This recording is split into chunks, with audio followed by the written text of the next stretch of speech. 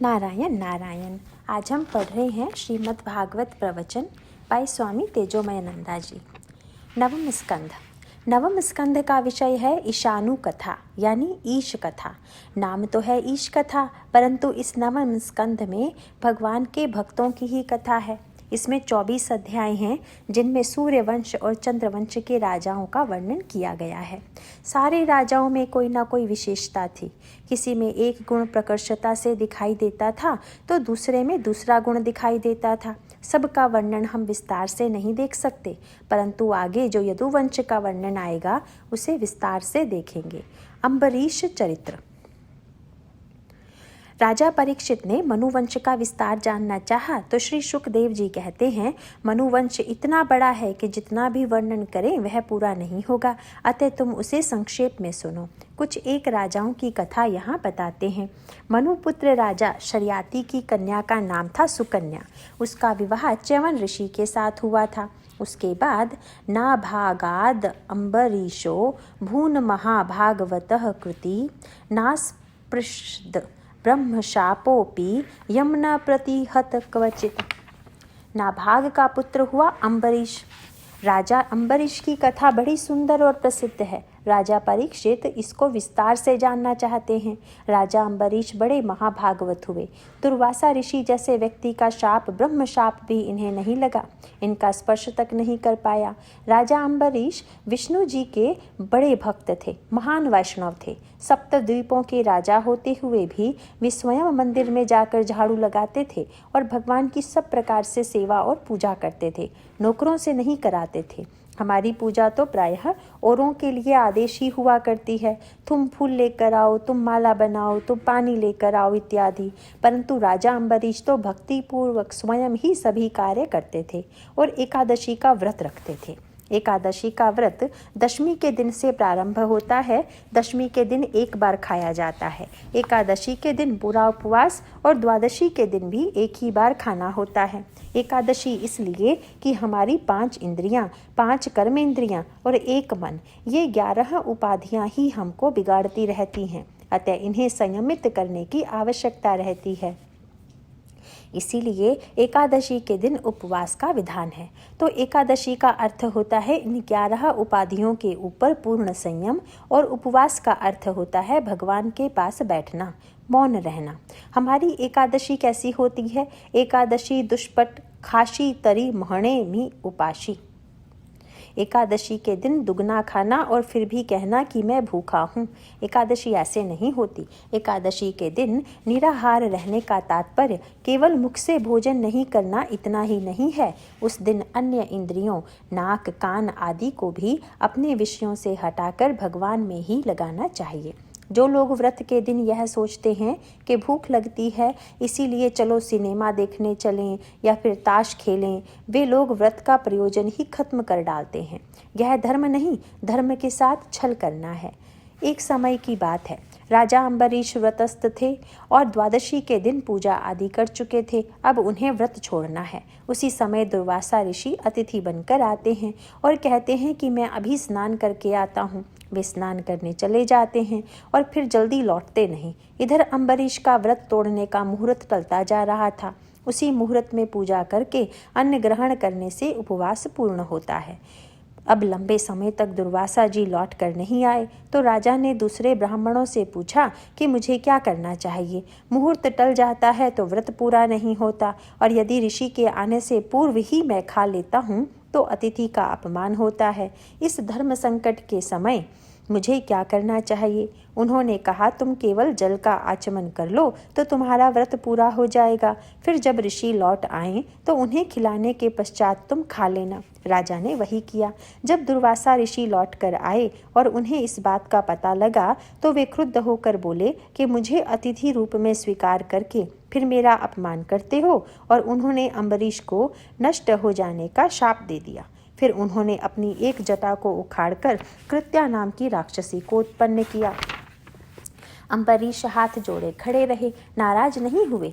कृत्या जब अम्बरीश को मारने के लिए उनकी ओर बढ़ी तो उसी समय भगवान विष्णु का चक्र आया और उसने कृत्या को जला दिया। फिर वह सुदर्शन चक्र दुर्वासा ऋषि के पीछे लग गया। अब दुर्वासा ऋषि भाग रहे हैं। ब्रह्मा जी, शंकर जी आदि कोई भी उनको अपनी शरण में लेने को तैयार नहीं होते, और वह चक्र भी ऐसा है कि गर्दन नहीं काटता, बस उनके पीछे पीछे चलता जा रहा है। बड़ी भयानक स्थिति हो गई। एक बार गर्दन ही कट जाए तो छुट्टी हो, लेकिन नहीं, वह तो पीछे पीछे जा रहा है। भयभीत होकर दुर्वासा ऋषि भगवान विष्णु के पास गए। कहते हैं, भगवान मुझे बचाइए, यह चक्र मेरे पीछे लगा हुआ है। तो भगवान कहते हैं, अहम भक्त पराधीनो ह्यस्वतंत्र इव द्विज साधुभिर्ग्रस्त हृदयो भक्तैर्भक्त जनप्रिय। तुम मेरे पास आए हो, परंतु मैं तो भक्त पराधीन हूँ, भक्त के वश में रहता हूँ। अभी तो सुदर्शन चक्र अम्बरीश की सेवा में है, अतः इस समय उसके ऊपर मेरा भी कोई अधिकार नहीं है। जब यह चक्र तभी रुकेगा जब अम्बरीश क्षमा कर दे। फिर कहते हैं, मेरे भक्त का कोई अपमान करता है तो मैं उसे सहन नहीं करता। ध्यान में रखना, 1 साल तक दुर्वासा ऋषि भागते रहे। भागते दौड़ते अंत में वे राजा अम्बरीश के पास आते हैं और उसके पैरों पर गिर पड़ते हैं। राजा अम्बरीश लज्जित होकर कहते हैं, महाराज आप मेरे पाँव न छूइए, क्षमा करने का मेरा क्या अधिकार होता है, मैं तो आपका दास हूँ। यदि सर्वभूतात्म भगवान मेरे ऊपर प्रसन्न है तो मुझे और क्या चाहिए। यदि मेरे मन में आपके प्रति कोई कुभाव न आया हो तो यह चक्र वापस लौट जाए। ऐसा कहकर जब राजा अम्बरीश ने अनेक प्रकार से सुदर्शन चक्र की स्तुति की, तब दुर्वासा ऋषि को सब ओर से जलाने वाला सुदर्शन चक्र शांत होकर भगवान के पास लौट गया। यहाँ ध्यान देने की बात यह है कि राजा अम्बरीश ने 1 वर्ष तक भोजन ग्रहण नहीं किया। बोले, जब तक दुर्वासा ऋषि वापस नहीं आते और मैं उनको भोजन नहीं करवाता तब तक मैं भी भोजन नहीं कर सकता।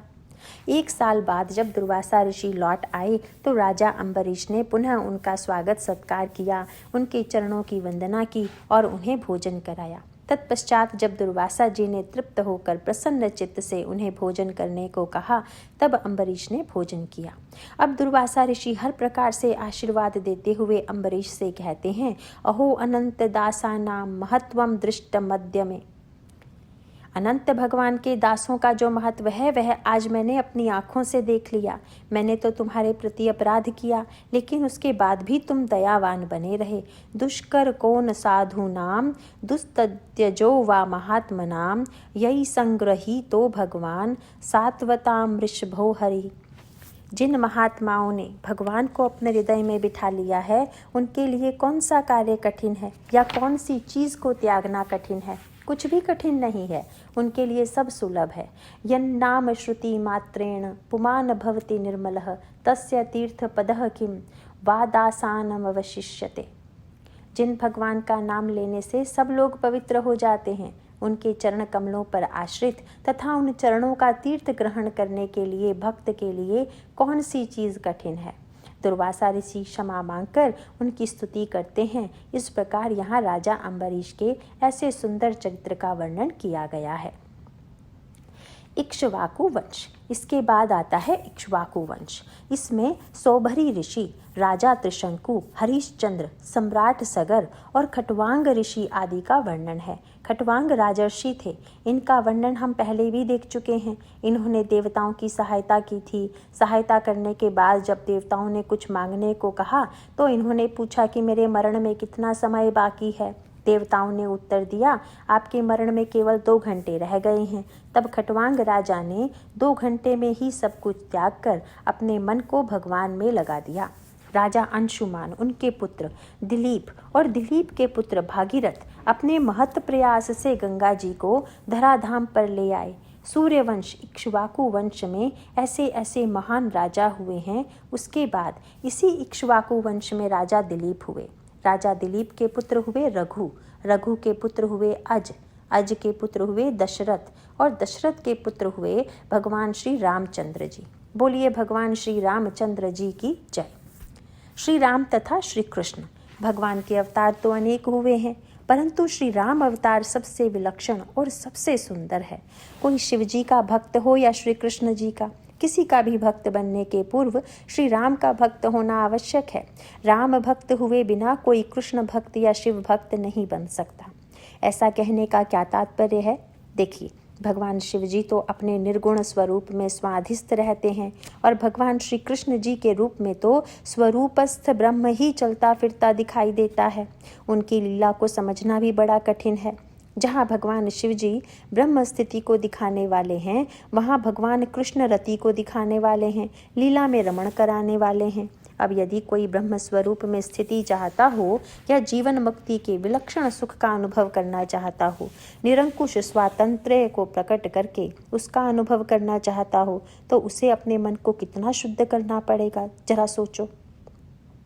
ब्रह्म स्वरूप में स्थित होना यह जीवन मुक्ति का एक अंग है और दूसरा है सदा आनंद में रहना। कुछ भी करते हुए सर्वथा वर्तमानोपि, सभी कर्म करते हुए भी ज्यों के त्यों अपने स्वरूप में ही रहना, यह रूप भगवान कृष्ण के जीवन में दिखता है। इन दोनों ही बातों को समझने के लिए हमारे मन का नितांत शुद्ध होना अति आवश्यक है।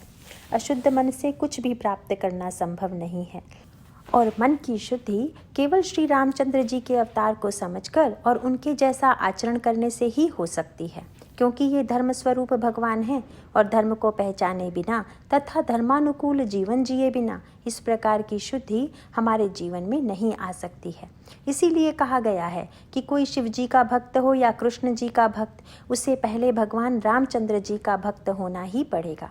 इस बात पर गंभीरता से विचार करने की आवश्यकता है। देखिए, श्री रामचंद्र जी और श्री कृष्ण जी में कोई भेद नहीं है, क्योंकि जो राम जी हैं वे ही कृष्ण जी बनकर आए हैं।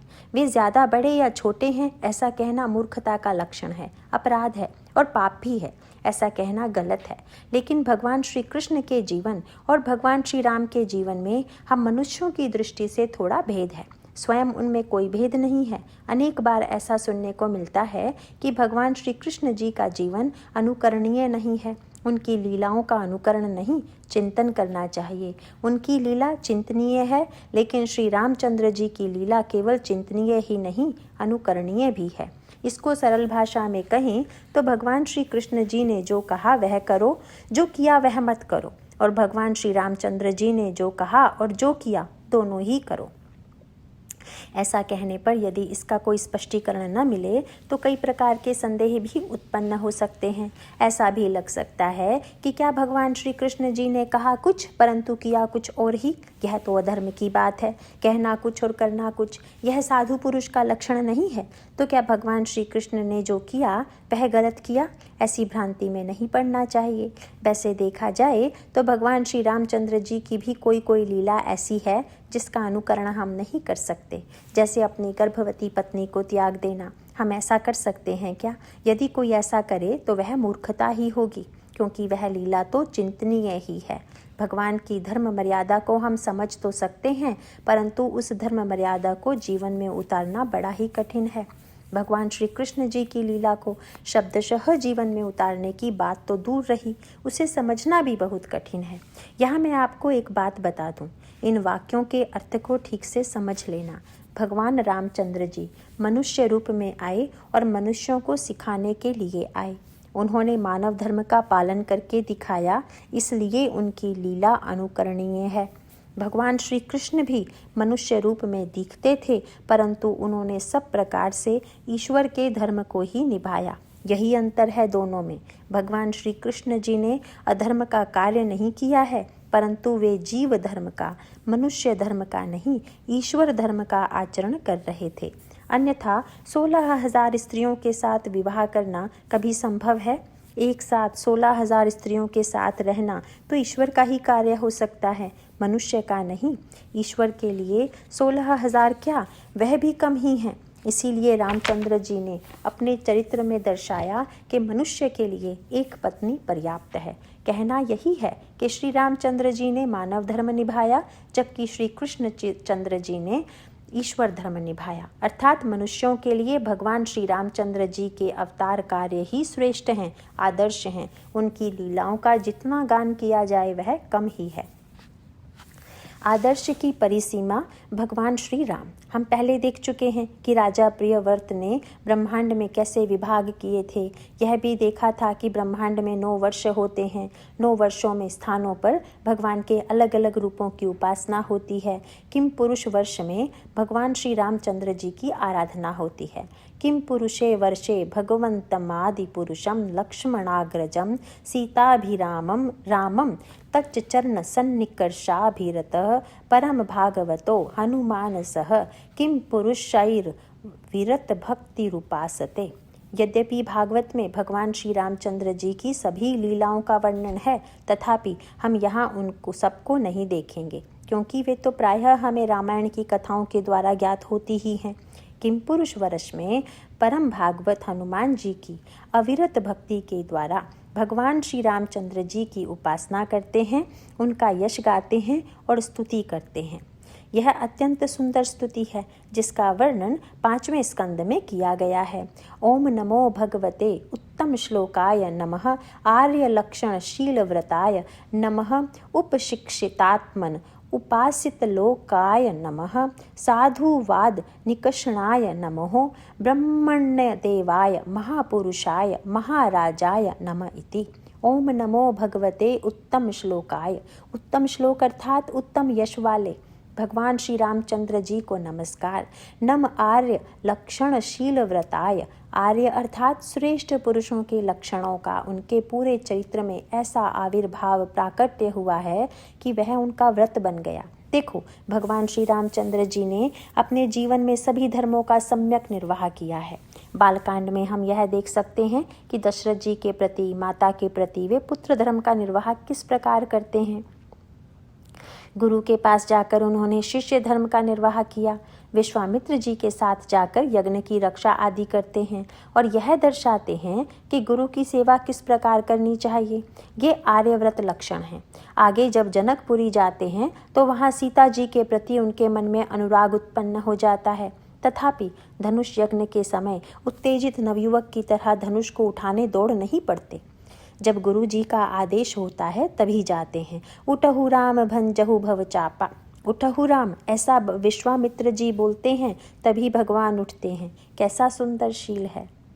परशुराम जी के साथ संवाद के समय परशुराम जी इनके साथ कितनी उग्रता से बात करते हैं, परंतु ये उनके साथ नम्रतापूर्वक ही बात करते हैं। जब कठोर होते हैं तो उसमें भी कितनी नम्रता है, यह भी देखने योग्य है। यह तो बालकांड की बात हुई। अयोध्या कांड में जब पहले दिन राज्य देने की और फिर दूसरे ही दिन वन जाने की बात होती है, तब मुख से एक शब्द भी नहीं कहते। किसी ने दशरथ जी को भला बुरा कहा तो उन्होंने उसे भी रोक दिया। वे मेरे पिता हैं, मुझे राज्य दे सकते हैं तो ले भी सकते हैं। देखो पुत्र धर्म का कैसा निर्वाह किया है। यह आर्य लक्षण है। अपनी सौतेली माँ के लिए भी इनके मन में कभी कोई दुर्भाव नहीं आया। भरत जी से वचन लेते हैं कि तुम अपनी माँ से कभी कड़वे वचन नहीं बोलोगे, उनको प्रसन्न करोगे। इसीलिए भगवान रामचंद्र जी जब वापस आते हैं तो भरत जी पहली बात यही कहते हैं कि मैंने सभी माताओं को संतुष्ट किया। उनको मालूम था कि माँ मुझसे नाराज रहेगी तो भगवान भी मुझसे नाराज हो जाएंगे। आगे जब लक्ष्मण जी को शक्ति लगी तो राम जी रोने लगे। कहते हैं यदि मुझको मालूम होता कि लक्ष्मण को शक्ति लगेगी तो और उसका वियोग होगा तो मैं पिताजी की बात भी नहीं मानता, यहाँ आता ही नहीं। ऐसा भाई कहाँ मिलेगा। जब रावण के साथ युद्ध हुआ और उसका वध हो गया, तब विभीषण जी कहते हैं कि भगवान आप चलकर दास के घर को पवित्र कीजिए। तब भगवान भरत जी का स्मरण करके व्याकुल हो जाते हैं और कहते हैं भरत मेरी याद कर रहा है, मैं समय पर नहीं पहुंचागा तो वह प्राणों का त्याग कर देगा। भरत के समान मुझे और कोई प्रिय नहीं है। यहाँ भगवान दर्शाते हैं कि भ्रातृधर्म का निर्वाह कैसे किया जाता है। जब भगवान श्री राम वन में विचरते हुए किष्किंधा पहुँचे तो वहाँ सुग्रीव के साथ मित्रता की और वचन दिया कि मैं वाली को मारकर तुमको राज्य दिलाऊंगा। वाली को इंद्र का वरदान प्राप्त था कि युद्ध में जो उसके सामने आएगा उसकी आधी शक्ति वाली को प्राप्त हो जाएगी। हालांकि भगवान ऐसे भी वाली को मारने में समर्थ थे, परंतु इंद्र के वरदान का सम्मान करते हुए पेड़ के पीछे रहकर उसे मारा। लोग भगवान की निंदा करते हैं कि उन्होंने पेड़ के पीछे से बाली को मारा। इस बात को कितने लोग समझते हैं कि उन्होंने तो ऐसा करके इंद्र के वरदान का सम्मान किया। भगवान मनुष्य रूप में आए थे, अतः वे देवता के वर का सम्मान करते हैं। यह उनका आर्य लक्षण है। इतना ही नहीं, वे तो सुग्रीव को दिए हुए वचन को पूर्ण करने के लिए अपने ऊपर लगने वाले आरोप की भी परवाह नहीं करते, अपने ऊपर दोष लेने के लिए भी तैयार हैं। ऐसे भगवान के स्वभाव का कहाँ तक वर्णन करें। यहाँ भगवान ने सखा धर्म निभा कर दिखाया है। विभीषण जी को शरणागत होकर आते ही लंका का राज्य प्रदान कर देते हैं। अब पति धर्म देख लो। आध्यात्म रामायण में एक प्रसंग आता है जिसमें अगस्त्य ऋषि रामचंद्र जी से कहते हैं, तुम सीता जी के वियोग में क्यों रोते हो, यहाँ वहाँ भटकते हुए उन्हें क्यों ढूंढ रहे हो, सब मिथ्या ही है। इस जगत में किसी चीज़ के आने जाने से क्या फर्क पड़ता है। भगवान बोले, आप कैसी बात करते हैं, उनके पिता ने उनका हाथ मेरे हाथ में दिया है, क्या मैं अपनी पत्नी की रक्षा भी नहीं कर सकता, उनको वापस प्राप्त भी नहीं कर सकता। ऐसा कैसे हो सकता है। पत्नी पर कोई कष्ट आए और उसे उस कष्ट से छुड़ाना पति का धर्म है। वे सीता जी को वापस लेकर आते हैं। अब कोई कहे कि ऐसी पत्नी का त्याग क्यों किया, तो त्याग करते समय उन्होंने राजधर्म का पालन किया। भगवान ने किस समय किस धर्म का पालन किया है, यह नहीं जानने के कारण ही हमें भ्रांति हो जाती है। भगवान पति का धर्म निभाते हुए ही तो सीता जी को वापस ले आए, अन्यथा वापस लाने की क्या आवश्यकता थी। बोल देते कि रावण बड़ा शक्तिशाली है, लंका बहुत दूर है, कैसे लाएं। ऐसा सोचकर चुपचाप बैठ जाते। दूसरा कोई होता तो दूसरी शादी कर लेता, लेकिन उन्होंने ऐसा नहीं किया। सीता परित्याग को समझना हम लोगों के लिए बड़ा कठिन है। लोगों को लगता है कि भगवान ने खुशी खुशी सीता जी का त्याग कर दिया, परंतु त्याग करने के बाद वे कितना रोते रहे, क्या यह किसी को मालूम है। इन लोगों ने रामायण पढ़ी ही नहीं। आगे जब रावण के साथ युद्ध हुआ तो भगवान ने शत्रु धर्म का पालन किया है। शत्रु बनकर खड़े हैं, परंतु वहाँ भी रावण के साथ किस प्रकार का व्यवहार कर रहे हैं, यह देखने की बात है। प्रथम दिवस ही वह थक गया तो कहते हैं, तुम जाओ, आराम करके दूसरे दिन युद्ध करने के लिए आना। जब वह मर जाता है तो विभीषण से कहते हैं, मरणांतानि वैराणि। अब इसके साथ मेरा कोई वैर नहीं, कोई द्वेष नहीं है, इसका अंतिम संस्कार करो। और तो और कहते हैं, ममाप्येष यथा तव। जैसे यह तुम्हारा भाई है वैसे ही मेरा भी भाई है। जरा सोचो, शत्रु के लिए ऐसा कौन कह सकता है। ईश्वर के रूप में भी उन्होंने अपने भक्तों को इतनी प्रसन्नता दी जिसका वर्णन नहीं किया जा सकता। ये जो शब्द हैं आर्य लक्षण शील व्रताय आदि, यदि इनके विषय में सोचें, भगवान के एक एक चरित्र को देखते जाएं तो मन मुग्ध होकर रह जाता है। कैसा सुंदर स्वभाव है। जिन लोगों को हम बिल्कुल जातिहीन समझते हैं उनको भी भगवान गले से लगा लेते हैं। प्रभु तरुतर कपीडार पर ते किए आप समान, तुलसी कहूँ न राम से साहिब शील निधान। पेड़ के ऊपर रहने वाले वानरों को भी अपने समान बना दिया, महान बना दिया। उनके उपकार से अपने आप को बंधा हुआ समझते रहते हैं और उनसे कहते हैं कि तुम्हारे ऋण से मैं कभी मुक्त नहीं हो सकता। ऐसे हैं भगवान श्री रामचंद्र जी। नमः उपशिक्षितात्मने। देखो, हम लोग तो दूसरों को उपदेश देते रहते हैं, परंतु यहाँ भगवान के लिए कहा गया है उपशिक्षितात्मने, अर्थात जिन्होंने अपने मन को अपना शिष्य बना लिया। हमें तो दूसरों के ही विषय में लगता रहता है कि यह ऐसा क्यों करता है या ऐसा क्यों बोलता है। अरे हम स्वयं क्या बोलते रहते हैं, इसके बारे में कभी सोचा है? कभी अपने मन पर भी विचार किया है कि हम क्या करते रहते हैं? दूसरे के काम में किंचित भी अनुशासनहीनता आ जाए तो कहते हैं कि इसे दंड मिलना चाहिए। यहाँ देखो, भगवान का नियम यह है कि स्वयं अपने मन को दंड देना चाहिए, उसे अनुशासन में रखना चाहिए। अपने अपराधों के प्रति कभी भी क्षमावान नहीं होना चाहिए,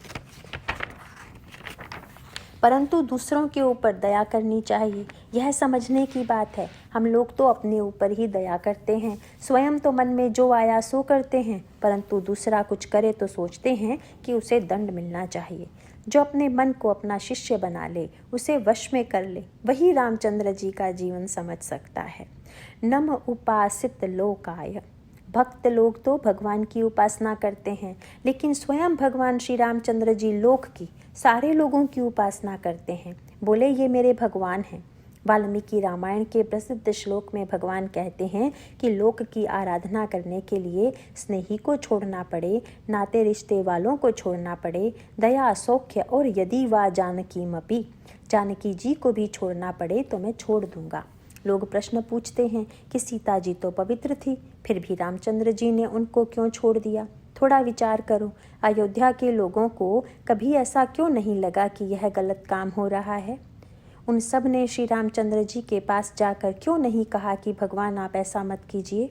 सीता जी के प्रति हमारे मन में ऐसी कोई शंका नहीं है। देखो, अयोध्या वासियों ने सीता जी के बारे में शंका की, यह हमें बुरा नहीं लगता। हम लोग उनमें दोष नहीं देखते कि ये कैसे लोग थे, वस्तु स्थिति को जानते हुए भी शंका करते थे। बड़े आश्चर्य की बात है, रामचंद्र जी को वन में जाने का आदेश हुआ तो सारे अयोध्यावासी रोने लगे, और जब वे चल पड़े तो उनके पीछे पीछे जाने लगे और कहने लगे राम जी को वापस आना चाहिए, जाना नहीं चाहिए। परंतु जब सीता जी को वन में भेजा जाता है तो कोई नहीं बोलता कि उनको वापस आना चाहिए। कैसे दुष्ट लोग थे अयोध्या वाले, रोए भी नहीं, कुछ बोले भी नहीं। इसीलिए वाल्मीकि जी ने साफ लिख दिया है कि रामचंद्र जी में जितने गुण थे उससे दुगने गुण सीता जी में हैं। यद्यपि वाल्मीकि जी ने रचना तो रामायण की है, तथापि अंतर्दृष्टि से देखने पर ज्ञात होगा कि वह सीतायन है।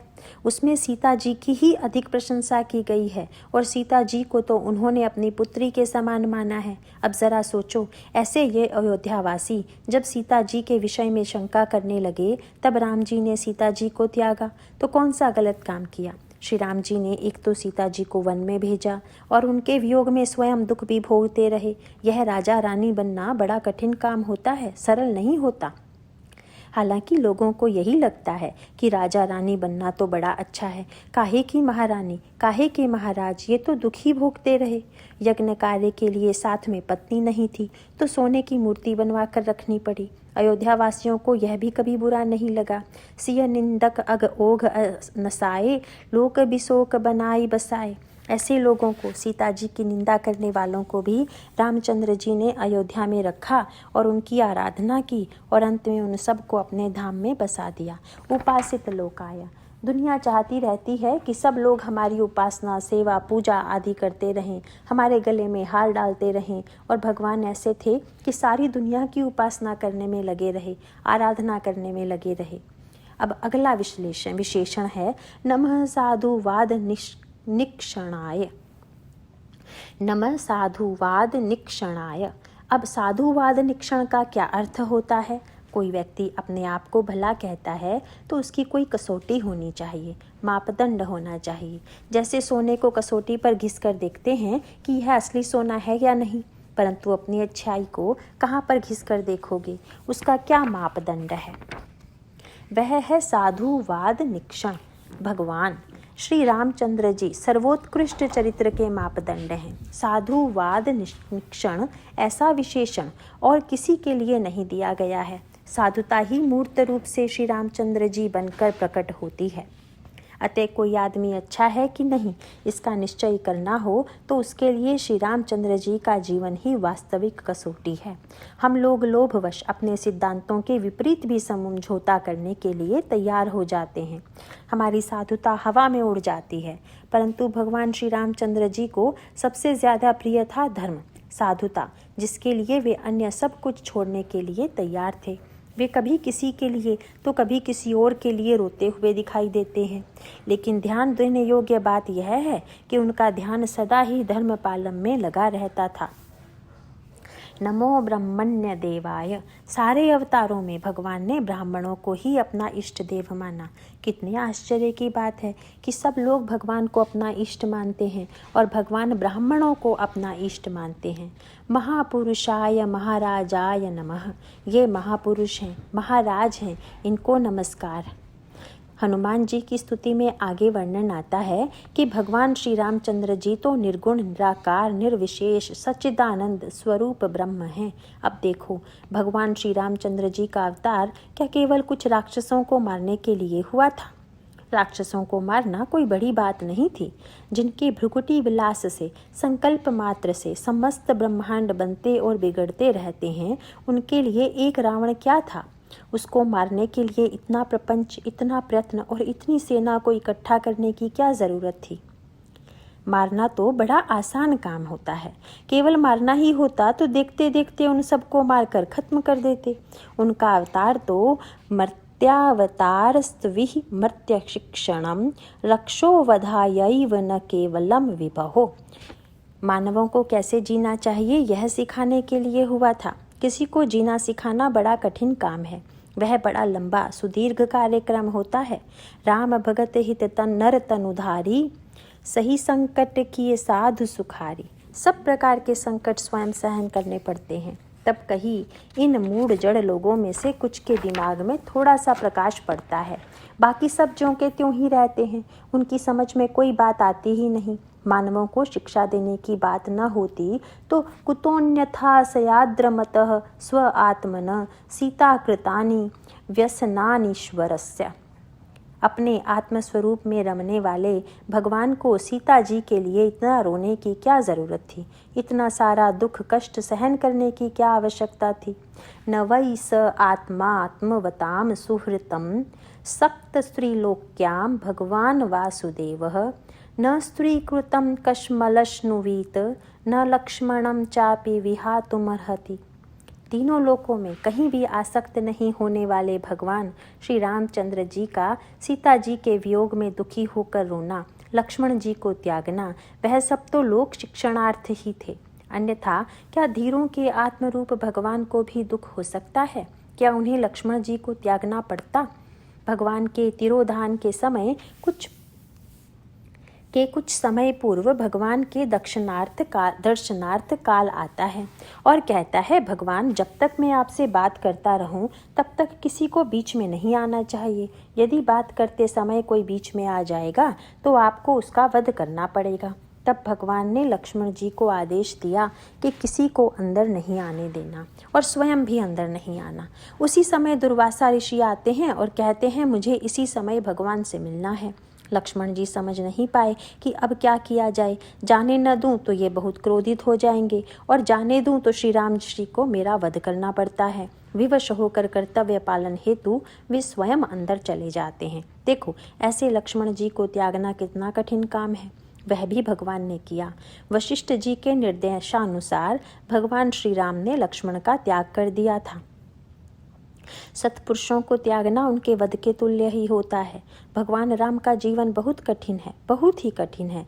न जन्मनूनम महतो न सौभगम न वांग न बुद्धि नाकृति स्तोष हेतु तैर्य द्विसृष्टानपि नो वनौकस चकार सख्येवत लक्ष्मणाग्रजः। भगवान का स्वभाव ऐसा है कि वे किसी के रूप से, जाति से, ऐश्वर्य से, अच्छा बोलने की क्षमता से या बुद्धि से प्रसन्न नहीं होते। न तोष हेतु, ये सब भगवान को संतुष्ट करने के साधन नहीं हैं। यदि ऐसा होता तो वानरों में क्या था? उनमें कौन सी विशेषता थी? न तो उनका रूप सुंदर था, न जाति श्रेष्ठ थी, न उनमें बुद्धि थी, न ही वाक चातुर्य। लेकिन लक्ष्मणाग्रज भगवान ने उनके साथ भी मित्रता की, क्योंकि राम ही केवल प्रेम प्यारा। भगवान को केवल प्रेम ही प्रिय है। वास्तव में देखें तो भगवान रामचंद्र जी का जीवन समझना और उसका पालन करना दोनों बहुत कठिन काम है। हालांकि हम बड़ी आसानी से कह देते हैं कि उनका जीवन सरल है, अनुकरणीय है और भगवान श्री कृष्ण जी का जीवन बड़ा कठिन और चिंतनीय है। लेकिन वास्तव में भगवान रामचंद्र जी का जीवन भी बहुत कठिन है। उनकी जैसी धर्म मर्यादा अपने जीवन में लाना बहुत कठिन है। सुरो वाप्यथ वानरो नरः सर्वात्मनाय सुकृतिज्ञमुत्तमं भजेत रामं मनुजाकृतिं हरिं य उत्तरानन यत कोसलान दिविमति। भगवान रामचंद्र जी तो ऐसे हैं कि उनके लिए कोई थोड़ा भी कुछ कर दे तो वे उसे अपना सब कुछ देने के लिए तैयार हो जाते हैं। भगवान ऐसे सुकृतज्ञ हैं कि वानरों के ऋण से भी अपने को ऋणी मानते हैं। ऐसे उत्तम भगवान की जो सर्वभाव से, हृदय से, प्यार से आराधना करता है, उसको उन्हीं कौशलाधीश भगवान की प्राप्ति होती है। फिर चाहे वह नर, वानर, सुर या असुर हो, कोई भी हो, संक्षेप में यह भगवान रामचंद्र जी का जीवन है। हनुमान जी ने जो स्तुति की है उससे भगवान के लक्षणों का ज्ञान होता है। हम राम कथा को जानते हैं, बाल्यकाल से उसे पढ़ते हैं और सुनते भी रहते हैं, लेकिन थोड़ा सा विचार करके उसे अपने जीवन में उतारना भी चाहिए। आगे भगवान रामचंद्र जी की कथा का वर्णन आता है। अब अयोध्या वासियों के कटु वचन भगवान ने सुने तो उन्हें सीता जी का त्याग करना पड़ा। स्मरंस्तस्या गुणांस्तान न शक्नोद रोदधूमीश्वरः। बाद में जब श्री रामचंद्र जी ने सुना कि सीता जी पृथ्वी में समा गई तो वे चाहकर भी अपने शोक के वेग को रोक नहीं सके। समर्थ होते हुए भी, न चाहते हुए भी शोकमग्न हो गए, क्योंकि सीता जी के पवित्र गुणों की उन्हें बार बार स्मृति हो आती थी। स्त्री पुंग प्रसंग एकाद्र सर्वत्र त्रासमावह समावह आपीश्वराणाम किमुत ग्राम्यस्य ग्रह चेतसः। शुकदेव जी कहते हैं कि स्त्री पुरुष का संग देवताओं के लिए भी दुखदायक बन जाता है, फिर मनुष्य की तो बात ही क्या है। भगवान श्री रामचंद्र जी ने सदा ही धर्म मर्यादा का पालन किया, फिर भी उन्हें कितना त्याग करना पड़ा। लोगों की ओर से त्याग की अपेक्षा बढ़ती ही चली जाती है। सच बात है ना, यदि स्त्री पुरुष दोनों ही कामना के अधीन होकर धर्म का त्याग करते हैं तब तो दुख ही दुख आता रहता है। यह दूसरे प्रकार का दुख है, लेकिन धर्म के पालन में भी बहुत कष्ट सहना पड़ता है। अयोध्या वासियों के उस धोबी के मन में जो आया उन्होंने बोल दिया, लेकिन राम जी या सीता जी अपना दुख किसे सुनाते। इसीलिए कहते हैं बड़े लोगों का दुख ऐसा होता है कि वे किसी से कह भी नहीं सकते, अंदर ही अंदर व्याकुल होते रहते हैं। नीलकंठ भगवान के समान उन्हें बहुत सहना पड़ता है, तो एक और धर्म का पालन करने वालों को इस प्रकार का कष्ट होता है और दूसरी ओर अधर्माचरण करने वालों को, दिन रात कलह करने वालों को, जो अनेक प्रकार की वासनाओं में लिप्त हो जाते हैं, उनको दूसरे प्रकार का कष्ट होता रहता है। तत् ऊर्ध्वं ब्रह्मचर्यं धारयन जुहोत प्रभु। सीता जी के परित्याग के बाद अखंड ब्रह्मचर्य व्रत धारण करके भगवान राज्य करते रहे। देखो, अयोध्या वासियों द्वारा इस प्रकार के दुर्व्यवहार के बाद भी अंत में भगवान सब लोगों को साकेत ले जाते हैं। क्या वे इसके अधिकारी थे? लेकिन उन्हें ले जाने वाले स्वयं भगवान थे, तो हम कौन होते हैं प्रश्न पूछने वाले। पुरुषो रामचरितम श्रवणैरूप धारयन आनृशस्य परो राजन कर्म बंधैर्विमुच्यते। जो व्यक्ति भगवान श्री रामचंद्र जी के ऐसे जीवन का श्रवण, मन, ध्यान, चिंतन व स्मरण करता रहता है, उसे आचरण में लाता है, वह कर्म बंधन से मुक्त हो जाता है। संक्षेप में यह श्री रामचरित्र है। इसका विस्तार जितना भी करें वह थोड़ा ही है, क्योंकि पूरा विस्तार तो कोई कर ही नहीं सकता है, लेकिन उनके जीवन की मुख्य बात को समझ लेना चाहिए। उपशिक्षितात्मन उपासित लोकाय साधुवाद निकषणाय आदि जो उनके विशेषण हैं उन्हें ध्यान में रखना चाहिए। जब कभी अभिमान होने लगे कि हम बड़े साधु आदमी हैं, तो राम जी के जीवन के साथ तौल कर देख लेना चाहिए कि हम उनके आसपास कहीं हैं कि नहीं। मन के ऊपर संयम है या नहीं। रावण ने सबको जीत लिया था, बस अपने मन को ही नहीं जीता था। वह लोगों से अपनी उपासना करवाता रहा, परंतु लोगों की उपासना नहीं की। यही रावण में और राम जी में अंतर है। आगे लव कुश राजा बनते हैं और उसके बाद इक्ष्वाकु वंश का थोड़ा और वर्णन आता है। आगे निमि वंश का वर्णन आता है और उसके बाद सोमवंश, चंद्रवंश का वर्णन प्रारंभ होता है। इसमें राजा पुरुरवा की, परशुराम जी की और उसके बाद राजा नहुष के पुत्र राजा ययाति की कथा आती है। राजा ययाति का विवाह शुक्राचार्य जी की पुत्री देवयानी के साथ हुआ। उसकी दासी बनकर आई थी शर्मिष्ठा, जो राजकन्या थी। परशुराम अवतार। इसके बाद परशुराम अवतार की कथा आती है। परशुराम जी जमदग्नि ऋषि और रेणुका देवी के पुत्र थे।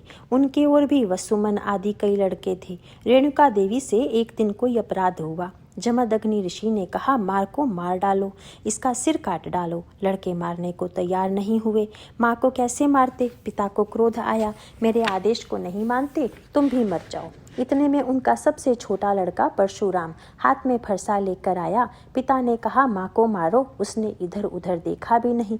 पिताजी ने कहा है तो बस बात खत्म हो गई। फरसा उठाया और माता को तथा भाइयों को मार डाला। वह इसलिए कि वे जमदग्नि ऋषि का प्रभाव जानते थे। परंतु ऐसी बात सुनकर हम सबको बड़ा आश्चर्य होता है। लोग आंखें फाड़ फाड़ कर देखने लगते हैं। ध्यान में रखना, यह भगवान का अवतार है, परशुराम अवतार। परशुराम अवतार राम अवतार के पूर्व का अवतार है। यहाँ वर्णन का क्रम दूसरी तरह से चल रहा है। जमदग्नि ऋषि परशुराम के ऊपर प्रसन्न हुए और बोले, बेटा मैं तुझ पर बहुत प्रसन्न हूँ, तुझे जो मांगना हो मांग ले। परशुराम जी ने कहा, मेरी माँ को और भाइयों को जीवित कर दीजिए, और वह भी इस प्रकार से कि जैसे वे सोकर जगे हों। उन्हें यह स्मरण न रहे कि मैंने उनको मारा था, नहीं तो वे फिर कभी हृदय से मुझसे प्यार नहीं कर पाएंगे। जमदग्नि ऋषि कहते हैं, तथास्तु। फलस्वरूप जमदग्नि ऋषि भी प्रसन्न हुए, रेणुका देवी भी प्रसन्न हुई। उस समय सहस्रार्जुन कार्तवीर्य नाम का एक क्षत्रिय राजा था। उसको बहुत मद चढ़ गया था। एक दिन वह जमदग्नि ऋषि के आश्रम में आया। ऋषि के पास एक कामधेनु थी, जिसके कारण उस राजा का तथा उसकी सेना का बड़ा भव्य स्वागत किया गया। यह देखकर राजा सहस्रार्जुन कहता है कि यह गाय तो मेरी होनी चाहिए। वह जबरदस्ती उसे ले गया। जब परशुराम को यह मालूम पड़ा तो उन्होंने एक फरसे से सहस्रार्जुन को मार डाला और वापस आकर पिताजी से कहा कि मैंने उसे मार डाला। जमदग्नि ऋषि कहते हैं, तुमको उसे मारना नहीं चाहिए था, वह तो प्रजा का पालन करने वाला राजा था। कुछ दिन बाद सहस्रार्जुन के लड़के जमदग्नि ऋषि के आश्रम में आए और ध्यानस्थ देखकर उन्हें मार डाला। परशुराम जी वापस आए तो बोले, अच्छा इनका यह साहस।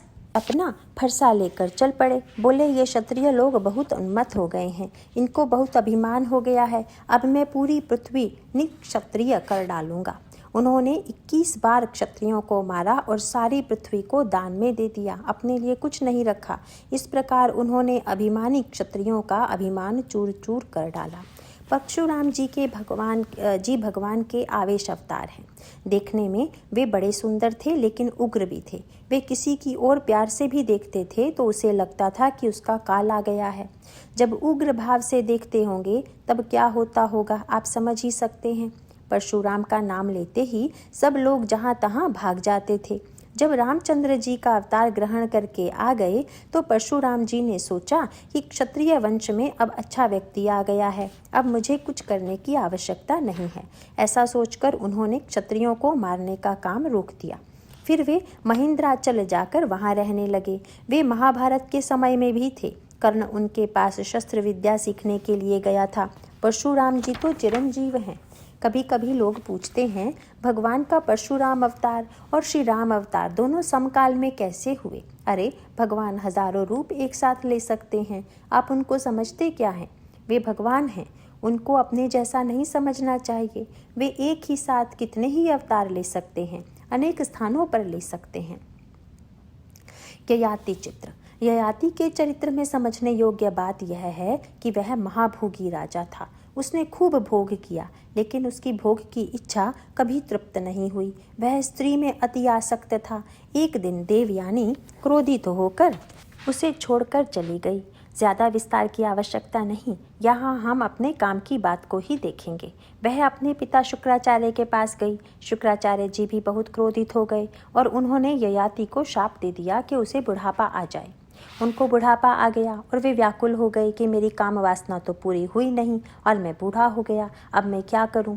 वे शुक्राचार्य जी से कहने लगे, आपने मेरे साथ अन्याय किया है, मेरी भोग की इच्छा तो पूरी हुई नहीं और आपने मुझे बूढ़ा कर दिया। तब शुक्राचार्य जी ने कहा, अच्छा तुम्हारे 4 लड़के हैं, उनमें से कोई तुम्हारा बुढ़ापा लेने के लिए तैयार हो तो उसकी युवावस्था तुम प्राप्त कर सकते हो। दूसरे लड़के तो तैयार नहीं हुए, परंतु उनका सबसे छोटा लड़का तैयार हुआ। उसने कहा कि मैं अपनी युवावस्था देने को तैयार हूँ, आप मुझे अपना बुढ़ापा दे दीजिए। देखो ययाति की कामवासना कितनी प्रबल थी। उसने अपने लड़के को बुढ़ापा दे दिया, उसकी युवावस्था ले ली और खूब भोग किया। इतना भोग करने के बाद भी उसे संतोष नहीं हुआ, लेकिन अंततः एक दिन उसे यह बात समझ में आ ही गई कि न जातु काम कामानुपभोगे न शाम्यति। कामनाओं को तृप्त करते रहने से कामनाएं कभी पूरी नहीं होती। इच्छाओं को जितना ही पूर्ण किया जाए वे उतनी ही बढ़ती जाती हैं। यह हम सबका अनुभव है। जैसे धूम्रपान करने वाला सोचता है कि यह अंतिम बार है, इसके बाद मैं नहीं करूँगा। इसी प्रकार पीने वाला सोचता है कि मैं आखिरी बार शराब पीने वाला हूँ।